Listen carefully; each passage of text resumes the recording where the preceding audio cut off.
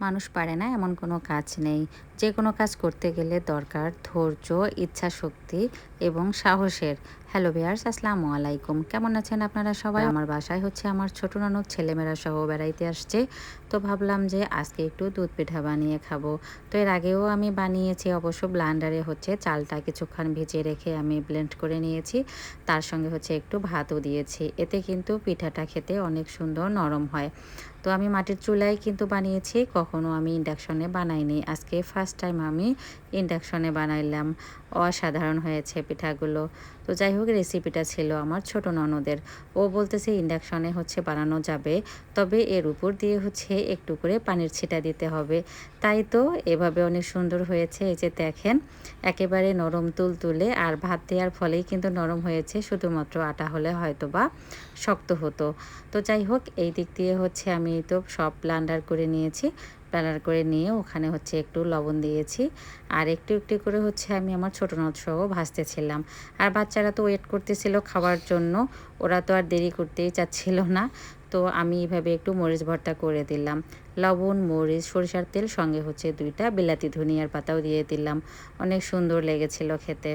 দেশি ধনিয়া পাতা হলে আরও বেশি মজা লাগতো।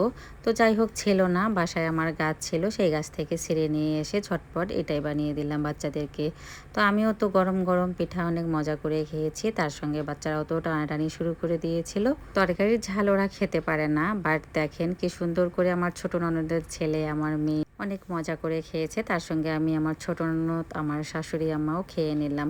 তো আমি কিন্তু পিঠা বানিয়ে রাখতেছি। বাসায় হচ্ছে শুধু চিনি ছিল, গুড় আনা ছিল না। আপনাদের ভাইকে হচ্ছে ফোন দিলাম, ও বলতেছে আমি যাওয়ার পথে হচ্ছে গুড় নিয়ে যাব।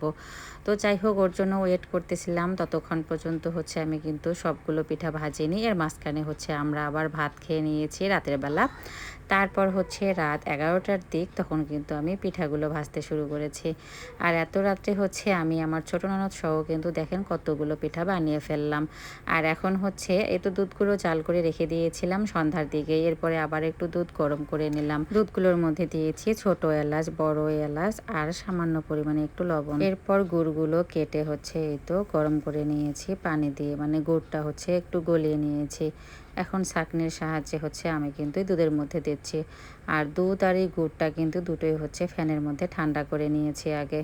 ছাঁকনি দিয়ে দিচ্ছে, কারণ এই গুড়ের মধ্যে অনেক ময়লা থাকে।